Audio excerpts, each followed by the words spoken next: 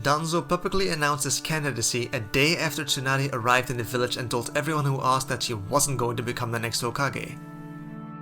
Naruto's, as well as many of the younger generation's reaction to this was, "Who the hell is Danzo?" Regardless, Naruto put the issue from her mind to focus on checking on some old friends that she had been neglecting, like Konohamaru. He wasn't happy with her, and after not seeing him for more than a month, she got the feeling her status as honorary sister was in doubt. She did her best to explain everything that had happened with her. "So you see, I was just so focused on my own problems and what I felt I had to do, that I neglected everything else. Like you. I'm sorry." "You're here now," was the reply, and she spent a good few more hours catching up. She also admitted that she likely would be gone from the village for several years, which he didn't take well. After his grandfather's death and now this, it must felt like all the people he cared about were leaving him for one reason or another. She did her best to explain, but she knew from personal experience that logic is a poor defense against grief. When his other friends Ugon and Moegi showed up, she thought it alright to excuse herself and continue her rounds. Again, explained to all her acquaintances that she, and Sakura as well, would likely be leaving soon. The one who took it the worst was Kiba. "I see how it is. I get you, I do. But now Sakura too will be getting one of the Sannin as a personal tutor for years of training. And I'll remain here, doing C to B rank missions for the next couple of years." She didn't know what else to say except, "I'm sorry," which he ignored. Team 10 has always been a 2+1 kind of team instead of a true trio. Once you two come back, I'm guessing you'll be even more of a duo, instead of us being a trio. "Kiba, that's... I get it, Naruto, you explained it all. I get why I'll never be as important to you as Sakura. I get it. Doesn't mean I've got to like it." Akamaru gave a soft whine atop Kiba's head. "I guess it's only fair, since I could never pick any of you two above Akamaru either." Naruto didn't think that to be the same thing, but she didn't contradict him. She thought about Kiba long after that conversation ended. Neither she nor Sakura had done their third teammate justice, and she knew it. She didn't know how to fix it though. She doubted she could convince Jiraiya or Tsunade to teach him as well. When she tracked down Jiraiya again, she found him in a bar in heated discussion with several other high-level ninja, including all of the Jonin teachers she knew. Tsunade was also there, doing her best to ignore the questions being hurled at her in favor of the bottle of alcohol in front of her. "I understand you don't want the job, but if you don't take it, then Danzo might get it. Danzo, Lord Jiraiya! Danzo!" Kakashi was speaking to Jiraiya while making pleading gestures. His normal hip and cool attitude was nowhere to be seen. By his tone, Naruto guessed that Kakashi's opinion of Danzo was probably similar to his opinion of Orochimaru. "Again, teaching Minato's girl is more important, and I've got my spy network to think about," Jiraiya responded. "And what's your excuse? You might also be able to take the hat if you just put your name forward." I can't. I just can't. I'm not suited." "You think you're a worse choice than Danzo?" "No, but, well... Look, even if I wanted it, my reputation has taken a big hit after my loss to Rizabuzo Momochi a few months back. My threat level in the bingo book got decreased to the level of Asuma's over here." "Oi, that ain't nothing to be ashamed of," Asuma protested. Naruto drew attention to herself with several loud coughs. "I'm sorry, but who is this Danzo? And why have I never heard of him if he's apparently important enough to be considered as the next Hokage?" Jiraiya answered. "He's a ninja of the third zone generation. He used to head a subdivision of the Ambu Black Ops called the Root, but they have since been disbanded." A snort from Kakashi made it clear what he thought of that last statement. "And you call yourself a spy master?" "I admit that my focus has been on external matters, not internal. But I thought Saratobi ordered its disbandment." "He did, and officially, they did. Yet unofficially, they didn't," Jiraiya finished for Kakashi. "But if you know this, Then how come Saratobi didn't? Oh, he knew, and he tolerated it, Kakashi said. Amongst other things. He then muttered darkly. Danzo and my father had a complicated relationship. Asuma chose to speak up. They were rivals. Danzo has always been one of the Hokage's greatest critics, and knowing my dad, he appreciated that. If he was against the Hokage, then why would anyone consider him as his successor? Naruto asked. He is considered a bit of a warhawk who has always been skeptical of working with the other villages, Asuma responded. And under normal circumstances, that would be a problem for him. But with the Sand Village's recent betrayal, many people now think Danzo's got a point when he says Konoha can only rely on itself. Is he strong? Naruto asked. Traditionally, you had to have reached a certain threshold of dangerousness before you could be considered a Kage candidate. He is an old ninja who has fought in all 3 great ninja wars, and has never retired, Jiraiya said. Ninjas don't get that old without being good at what they do. Even I'd be cautious if I had to fight him. Just how likely is he to be chosen? Kurenai spoke up for the first time since Naruto arrived. He's a distant 3rd or even 4th choice. The problem is that all the obvious candidates are refusing to take it, Jiraiya said with a glare towards Tsunade. Hey, I've got my own protege now. My reason for declining is as valid as yours. But are they? Kurenai asked, looking from Jiraiya to Tsunade. Please don't take this the wrong way, she said with a quick glance to Naruto before turning back to her fellow adults. Are Naruto-chan and Sakura-chan really more important than the rest of the village? To me, she is, Jiraiya said bluntly. Naruko's eyes widened and she thought her heart may have skipped a beat. Kakashi chose to add to that. I don't know about Sakura, but Naruto is the future of this village. Wait, what? Naruto asked. We talked about it before the Chunin exams, kid, Asuma said. The old man wanted you to be groomed for the position of the next Hokage. If you had lived just a few years longer, he likely would have openly declared you his successor. This is the first I'm hearing about it, Naruto squeaked.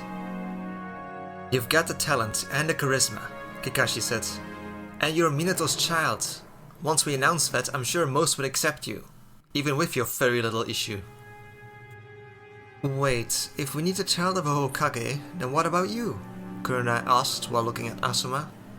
Couldn't you put your name forward? Asuma shrugged. I could try, but I doubt anything would come of it. I'm just not notable enough among the other Jonin. I may be on a first name basis with the Fire Daimyo, but that's all I've got going for me. And what of Shikaku Nara? He's the Jonin commander. Shouldn't he be considered? Someone else suggested. Asuma snorted. Yeah, but good luck convincing him to put his name forward. He also doesn't quite have the reputation. Naruto shook her head. This whole conversation was just bizarre to her. Ignoring the fact that Kakashi, Asuma-sensei and the old man had apparently been wanting to groom her to become Hokage, this whole situation was just weird. It seemed to her that the only reason that this Danzo seemed to have a shot at becoming the next Hokage was that so many of the better candidates just didn't want it. Now, Naruto wasn't as crazy about becoming Hokage as she used to be back so long ago in the academy when she didn't have friends and was desperate for acknowledgement. But it was still a bit of a fantasy of hers, like many she imagined. What young ninja from Konoha didn't dream of one day becoming the Hokage? And now here she was, listening to the adults having trouble trying to find someone vaguely plausible who was even willing. From here on, Naruto now kept an ear on how the situation developed. This would clearly be the most difficult succession in the history of Konoha. Never before had opinions been this divided. There were many meetings, discussions and negotiations, all of which were well above Naruto and Sakura's pay grade. But well, as I already kinda spoiled in the previous chapter, Danzo Shimura is eventually picked as the 5th Hokage. When she approached Asuma for his opinion and whether she should be worried, he said, "It's weird, kid. Every other Hokage before now was loved and respected by everyone. Many people respect Danzo, He's a strong and diligent man who is devoted to Konoha's well-being. But I don't think a single person actually loves him. I don't know what this means for all of us, kid. Amidst all that, and after Tsunade dragged Sasuke out of a coma, Naruto went to see him to have the talk she wanted to have right before the Akatsuki showed up. When she found him, she also found Hinata, Shikamaru, and even Choji in his hospital room keeping him company. Normally this wouldn't be a problem, but she kind of wanted to speak to Sasuke in private. Oi, Naruto! Are you alright? I heard you were attacked, Choji asked.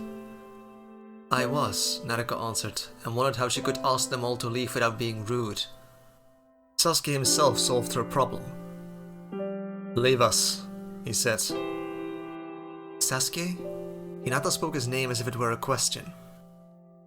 I wish to talk to her alone. Now leave me, he said. Naruto suddenly felt nervous. He was being incredibly rude. Now that she got a closer look at him, she saw that he had shadows under his eyes and seemed even more gloomy than usual. Jeez, and here we came all this way for you. You really are troublesome, you know that? Shikamaru sighed. He stood up and Choji followed suit. Hinata remained seated though, obviously more reluctant to leave. Come, Hinata, Shikamaru said, and she followed. Though not before shooting Naruto a look that the blonde couldn't quite understand. And then, Naruto was alone with Sasuke in the hospital room. Why was Itachi at Sakura's home? Sasuke asked without preamble. He was there for that thing I carry inside me. Do you know why? Sasuke continued to ask. Well, he seems to be part of an organization comprised of the world's most dangerous criminals, with the goal of capturing all of the tailed beasts. Why? I don't know. Is there anything else you can tell me? Like, if he wanted to capture you, how are you still free? Sakura, Naruto answered, and when Sasuke gave her a look that said, "Stop joking around," she told the full story. I see. Sasuke looked contemplative. Interesting. I don't see how anyone could replicate that feat, but I might still be able to find a clue there. About that, Naruto said nervously. She could already tell this wasn't going to go over well, but she just had to try. I've given up on pursuing Gaara. Sasuke gave her a blank stare. If not you, then who? I don't know, but by focusing so much on him, I nearly lost everything. Then I guess Gaara is fortunate that you still have things to lose, Sasuke said. Sasuke, you too still have things to lose. I know you don't care about your life. I sure as hell didn't back then. But what about Shikamaru?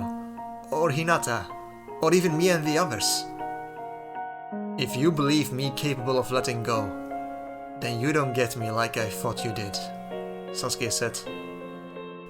I do get it! I just got smashed by the consequences and it forced me to see sense.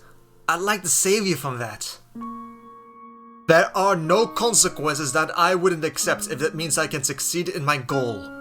Now leave, Sasuke said, and hostility in his glare chased her out of the room. Not a day later, everyone was gathered in front of the Hokage's tower for Danzo's inauguration. It was Naruto's first look at the man. He wore a tunic of black and white and was covered in bandages. He looked over the gathered crowd with a solemn expression. Naruto's first impression was that this was not a man who smiled a lot. When beginning a speech, it is customary to thank the people who made it possible. Danzo began his speech. So before everything else, I'd like to thank our second Hokage, Tobirama Senju, and our all-beloved third Hokage, Hiruzen Sarutobi. I won't lie, I've always dreamed of obtaining this position, ever since I first entered the academy. Like many of you, I imagine. It may surprise you to learn that I could have become your Hokage many years ago, during the first Great Ninja War. I was part of an escort unit, a team which included myself, Sarutobi, Tobirama, and 4 others. We were tired and being pursued by no less than 20 of the Cloud's most powerful ninja. The only way to survive was to distract the enemy with a decoy. The decoy, of course, wouldn't survive. I knew my duty as a ninja. To die for the mission and the village is the greatest honor there is. It was a death I wanted for myself. I wanted to speak, to volunteer, yet the words wouldn't leave my mouth. I wanted to live. I was a coward. Danzo paused and allowed that admission to sink in. It isn't Sarutobi wasn't a coward. He volunteered to be the decoy. There was no hesitation, not even an ounce of doubt or fear in his voice. He even tried to put on a brave face for his comrades, telling them that he'd be alright. I've always seen Sarutobi as my greatest rival. Someone whom I measured myself against, whom I wanted to surpass. Yet in that moment he proved that he was a better ninja than I. The worst part of it was that he probably wasn't even trying. He just did what was natural to him. Despite Danzo's somewhat monotonous delivery, Naruto found herself engrossed in the story being told. Tobirama saw it too. He insisted to be the decoy himself, which cost him his life. Before he left, he named Sarutobi as the next Hokage. Ever since that day, I wondered if it could have been me instead. But make no mistake, not once did I think Tobirama made a mistake. I wasn't ready to become the next Hokage back then. I needed many more years to learn. Danzo paused. No, not learn. We all learn the rules of the shinobi before we even don our headbands. But I needed many more years to truly internalize those rules. To know, to the deepest part of one's psyche, that one life, even our own, is insignificant compared to the greater whole, the great tree that we are all a part of. No single leaf, branch or even root can think it is more important than the tree. Danzo again allowed for a bit of silence for his words to settle in before continuing home. That's the kind of determination that we will need in the coming years. I won't mince words. The Sand's betrayal has weakened us, and we will need absolute unity in order to survive in a world that hates us. Another side pause. Oh yes, we are hated. Ever since the founding of the great villages, Konoha was seen as the strongest. And our neighbors have tried time and time again to try and disprove that belief.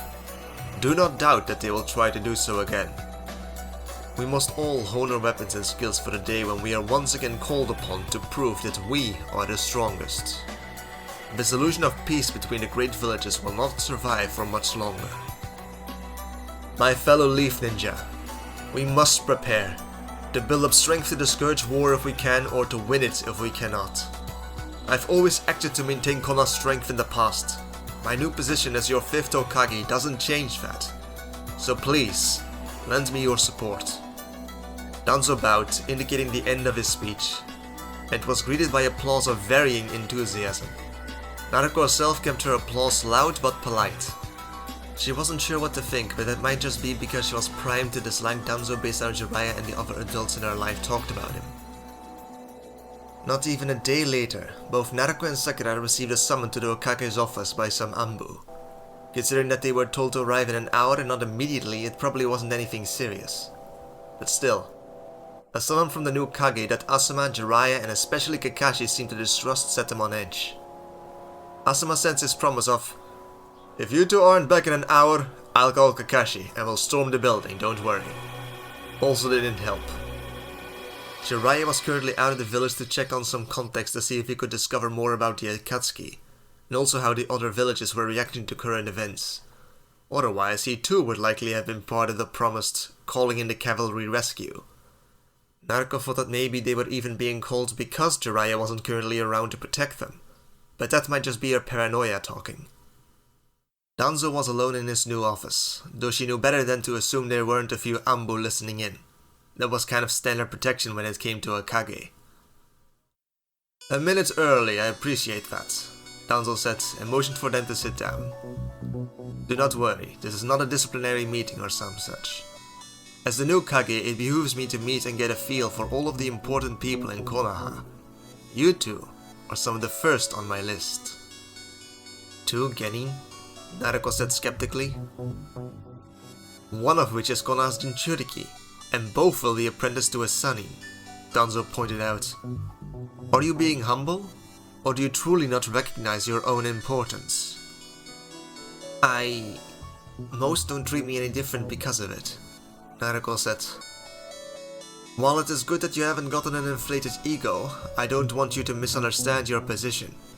A Jinchuriki is often a ninja village's greatest weapon, and you, Uzumaki, are woefully underprepared. I have been training ever since I entered the academy, Naruto said defensively. I do not mean to imply that your deficiency is your own fault. You've done well for your age, but it is a deficiency nonetheless. It is important that you recognize it, to overcome it. Well, that's why I'm going with Master Jiraiya, so I can defend myself against the Akatsuki. While it is paramount that the Ninetales doesn't fall into the hands of rogue ninja, that wasn't what I was referring to. You need to measure up against the Jinchuriki from the other villages. You bested God of the Sand, this is good. But he is young like yourself and only seems to have partial control of his tenant. The Cloud Village has 2 Jinchuriki, both adults and both have completely mastered their respective tail beast. That is what you need to measure yourself against. Naruto tensed. I don't think the Kyuubi's power can be controlled. I tried and, well, it failed, yes. You must of course proceed with caution, but proceed you must. Lord Jiraiya will no doubt aid you in this, and you will do so far from the village, so the risk will be acceptable. Understand that I, and all of Konoha, relies on your success.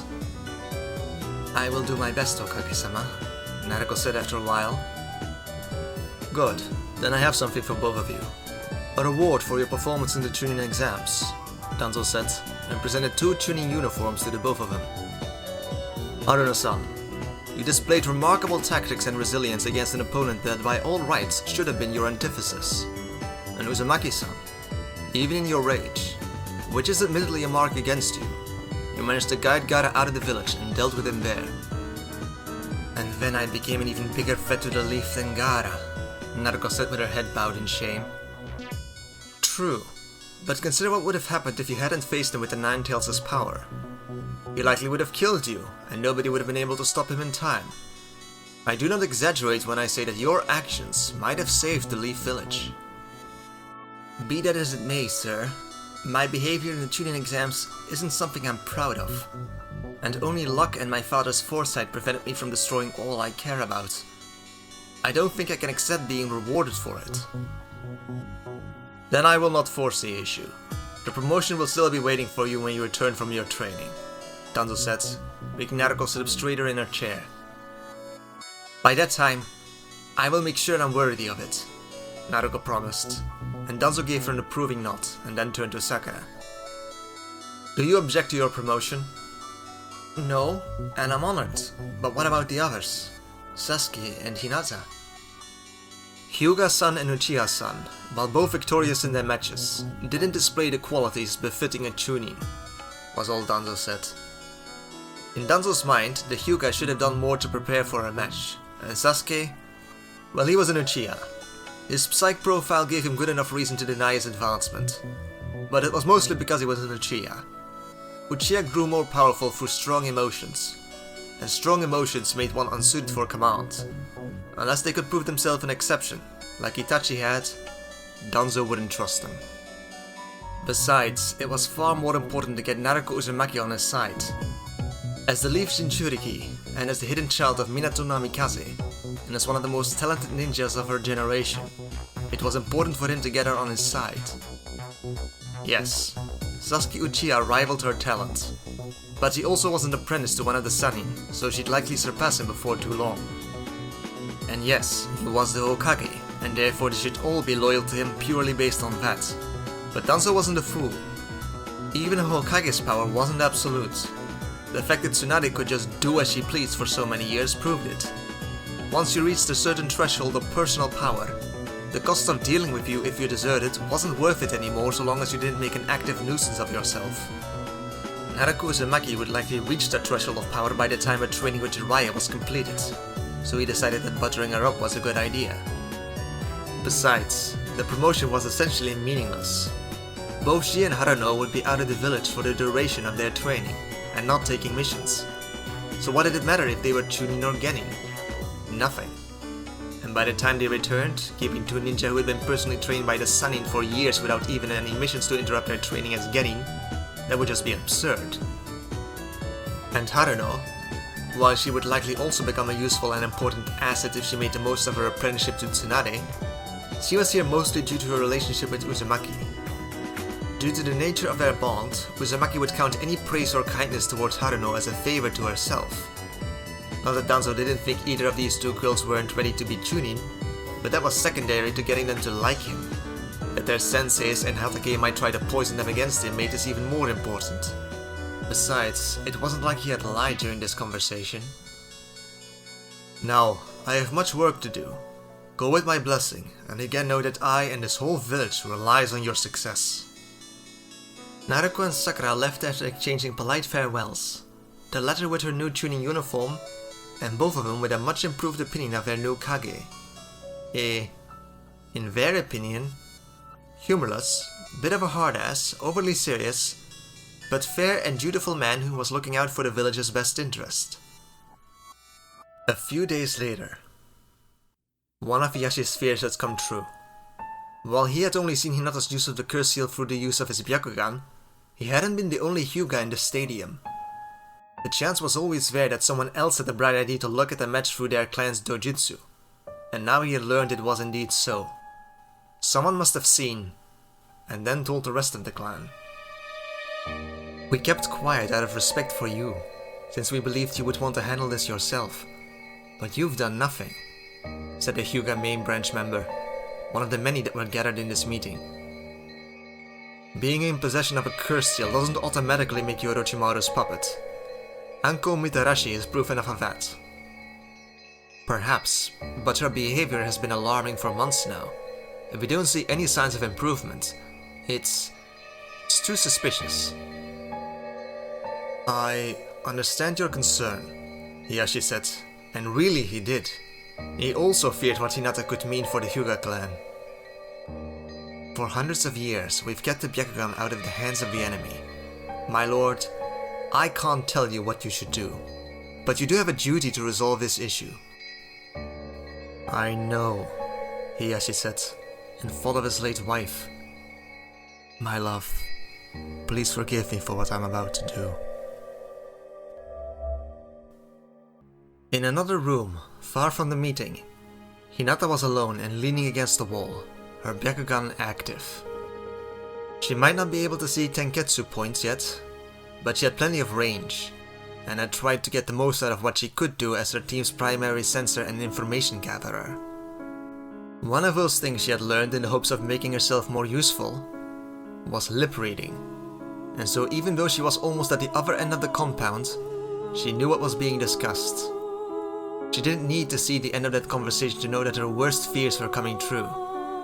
And she too couldn't help but think of the past, when her mother was alive, and they were all just one family, when they were happy, before everyone had decided she was a failure, before she understood all the problems with the way their clan was structured, before she realized that she and Hanabi might be forced to fight for whom could remain free, and who would be locked inside of a cage, like Neji.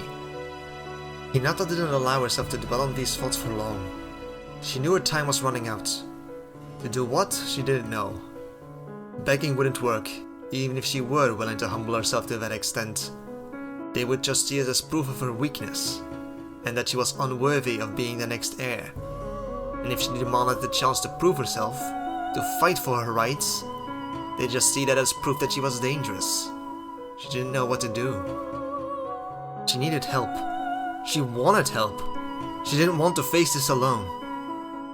Kakashi was out of the village on a mission, and by the time he returned it likely would be too late. That left her two Genin teammates, Sasuke and Shikamaru. Shikamaru was the obvious choice. He was the smartest out of all of them, and if there was any path that could save her, he'd surely be able to think of it. And yet, she thought back to every time they had faced a crisis that should have been beyond their team's ability to handle. In Wave, Sasuke had defended her from Haku, a superior enemy, even though it would have made more sense for him to give up on her. And again against Orochimaru when he wanted to turn her into snake food.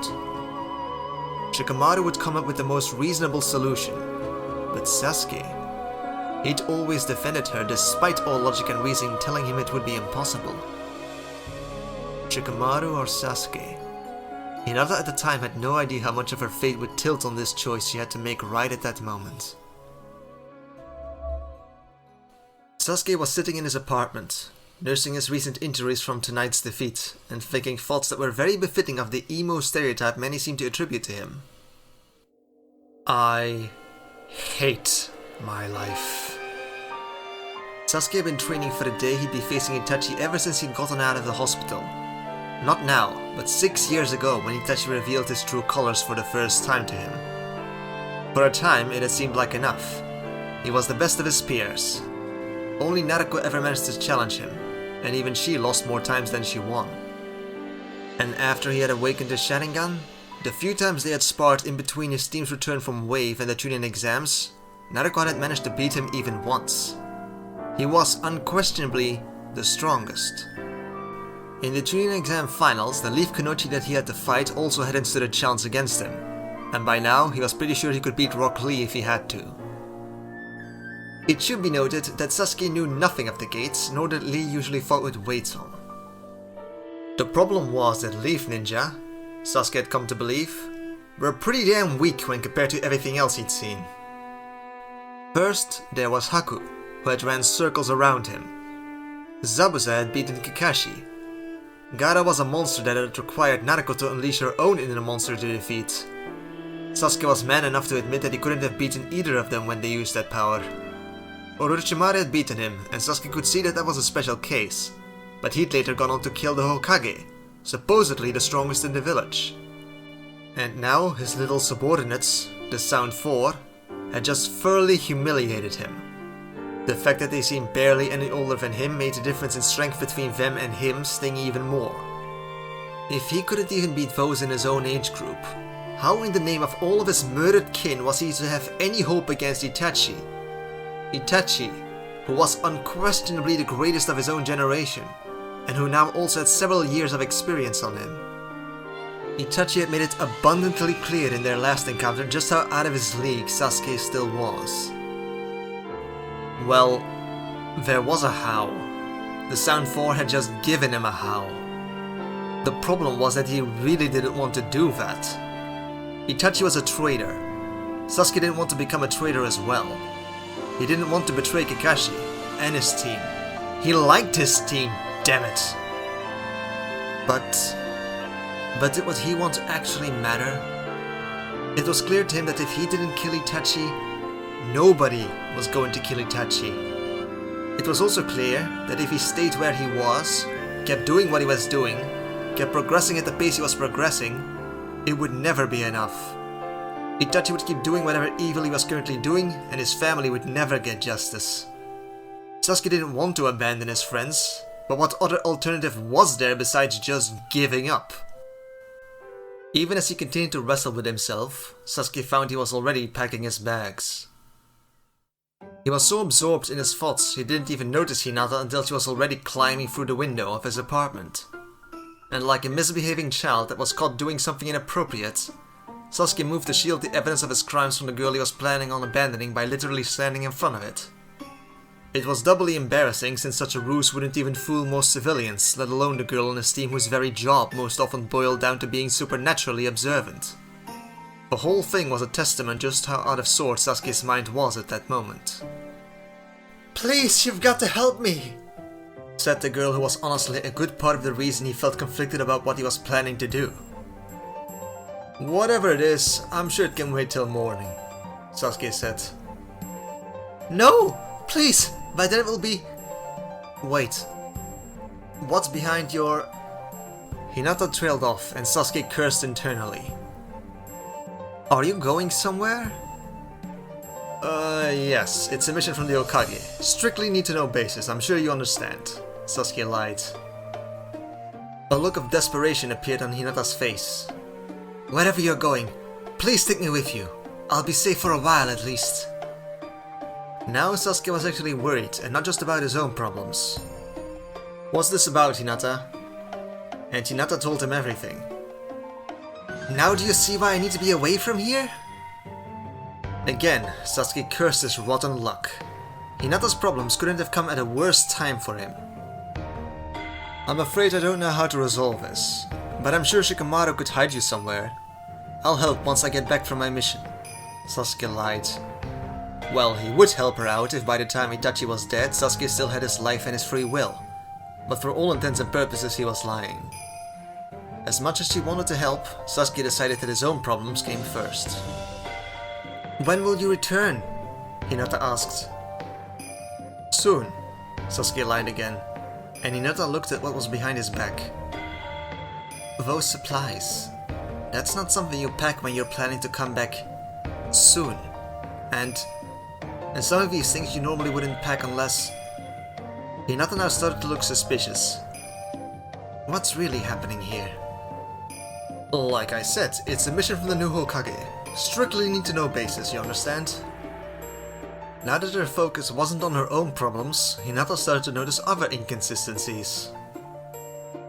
When I came in, why were you trying to hide your preparations?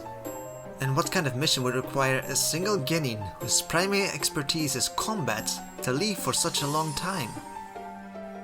Hinata's suspicions were warranted.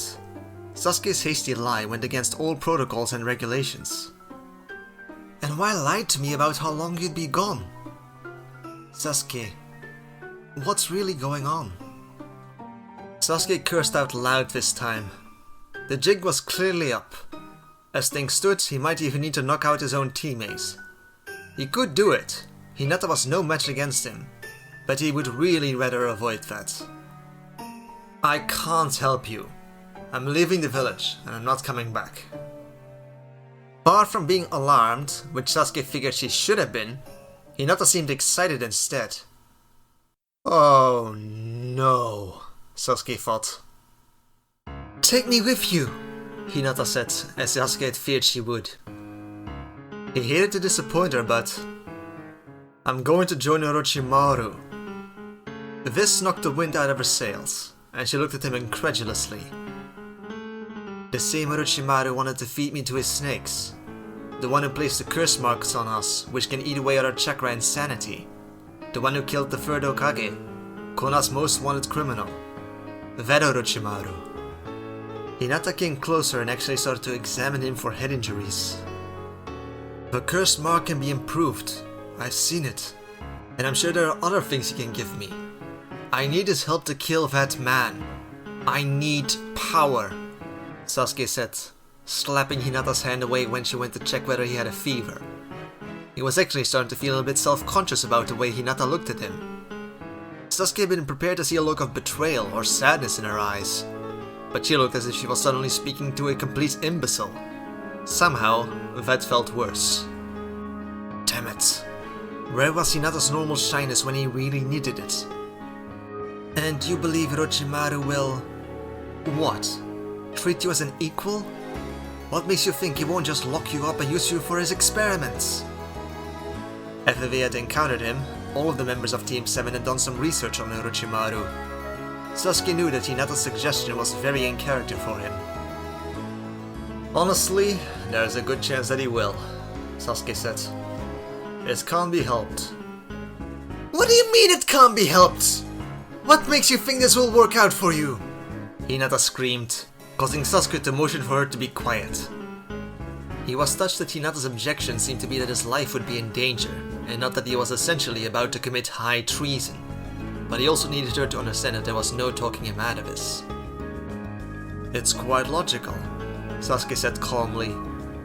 If I remain, then nothing changes, and killing that man becomes an impossibility. If I leave, there's a chance. It's an improbable chance, but it's not zero. It's a hope, and that's enough for me. It's too dangerous, Hinata continued to protest. You don't get it, do you? Sasuke said, and his glare made her take an involuntary step backwards. I am an avenger. My life has no other purpose. By her expression, Sasuke figured he might have just managed to make her understand. But then she regained her composure and again threw him for a loop. Then still take me with you, she said. No, Sasuke said immediately. I need to get away from Konoha anyway, so might as well follow you. It's too dangerous. Sasuke now found himself echoing Hinata's earlier objections. If you can... Hinata began, but Sasuke cut her off. Unlike me, Hinata, you're motivated by self-preservation. Orochimaru is not the place for you. If I stay here, I'll become a slave anyway. If I leave with you, there's a chance. It's an improbable chance, but it's not zero. It's a hope. It is enough for me. And now Hinata was throwing his own words back at him. And you could use an ally where you're going. You still don't get it. Sasuke gritted his teeth and took a step closer to her. I am not your ally, Hinata. My revenge is more important than anything. It's more important than me. It's also more important than you.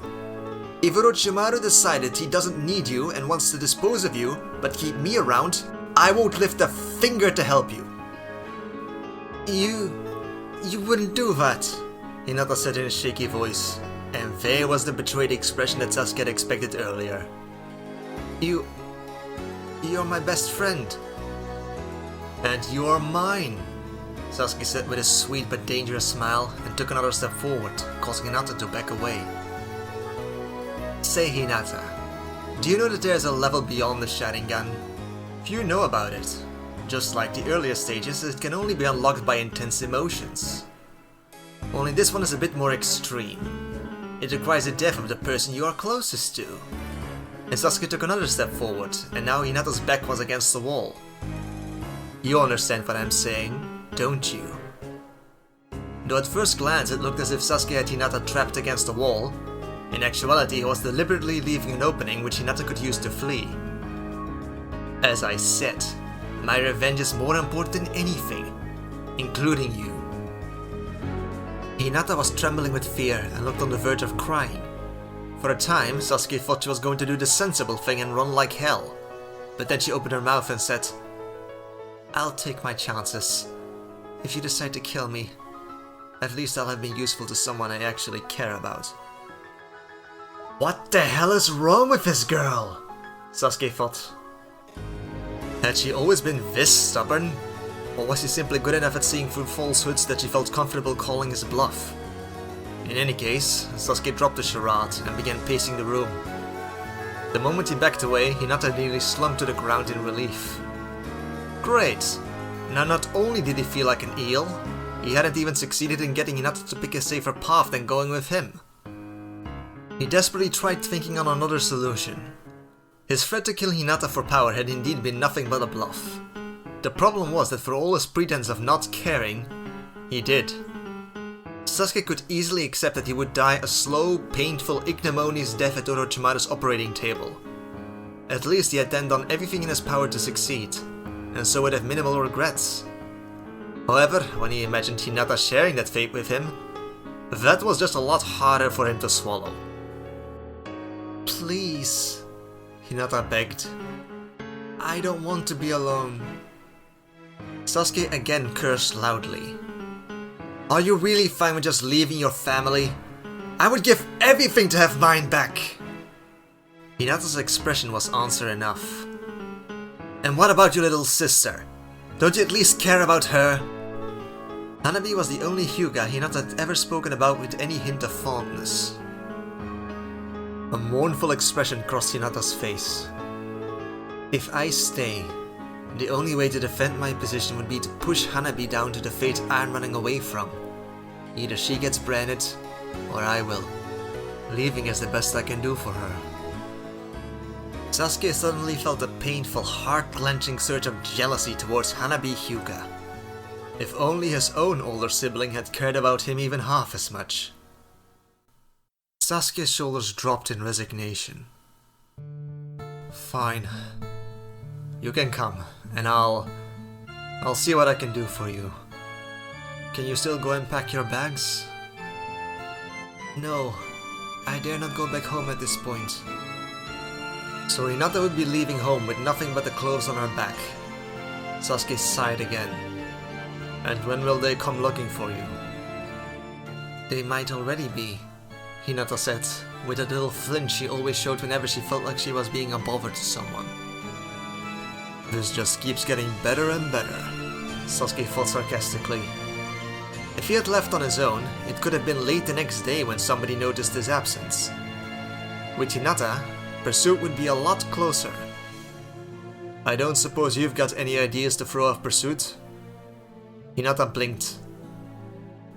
I might be able to think of something. Shikamaru woke up to his mother shouting at him to get dressed. He opened one of his eyes, saw that the sun hadn't even risen yet, and promptly tried to get back to sleep. His shouting was annoying, but Shikamaru was a grand master at being able to sleep despite almost anything. Then his mother decided to throw and flip the mattress he was on, sending him tumbling towards the ground. "What's the big deal?" he complained. "Troublesome woman," he thought. "It ain't my fault, sweetie. A message came ordering you to the Hokage's office immediately." "What could they possibly want with me at too early in the morning?" "I'm as surprised as you, but you shouldn't keep the new Hokage waiting," she said as she threw his clothes at him. "Now get changed, double time!" A couple of minutes later, Shikamaru was at the Hokage's office and his secretary waved him inside. There, he found not only the new Hokage and two of his advisors, but also several members of the Hyuga clan. Did something happen to Hinata? Was his first thought. "Good, you're here," Danzo said. "I want you to read this and give us your thoughts." And a letter was passed to him. Shikamaru read it, then looked up incredulously. Then he read the letter again, and despite the serious expressions of those around him, he couldn't help but ask, "Is this some kind of prank?" "I take it you find it unbelievable?" Danzo asked. "I'm trying to find a single more ridiculous thing that I've ever read or heard of in my life, and I've got nothing," Shikamaru said, slapping the piece of paper in his hand for emphasis. The letter was ostensibly written by Hinata, and within it, she described a secret sordid love affair between herself and Sasuke Uchiha. The letter ended with her apologizing to everyone because she and Sasuke had decided to elope together, with a request for everyone to not come after them and could they please just let them be happy in peace. "Are you absolutely sure of that?" one of the Hyuga asked. "Lady Hinata has been seeing him often in the hospital, far more than what would be expected if they were just teammates, or even friends. Far more than you visited, for example." "That's because she wants to get away from you, you jackasses," Shikamaru thought. Out loud he said, "They are just friends. And where are Hinata and Sasuke? Why not just ask them?"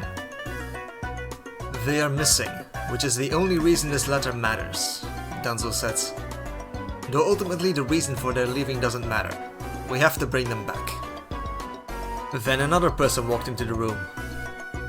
"You wanted to see me, Hokage-sama?" said Sakura Harano. She seemed slightly out of breath, showing that she had probably run most of the way here. "Yes, I'm giving you your first mission as a Chunin." Danzo hadn't actually expected for Harano's Chunin rank to be acted upon, but needs must, and he didn't intend to have his own man on this mission for insurance. This night, both Sasuke Uchiha and Hinata Hyuga went missing. We suspect duplicious actions, but we don't know what, so be prepared for anything. You are to find them and bring them back here by whatever means necessary.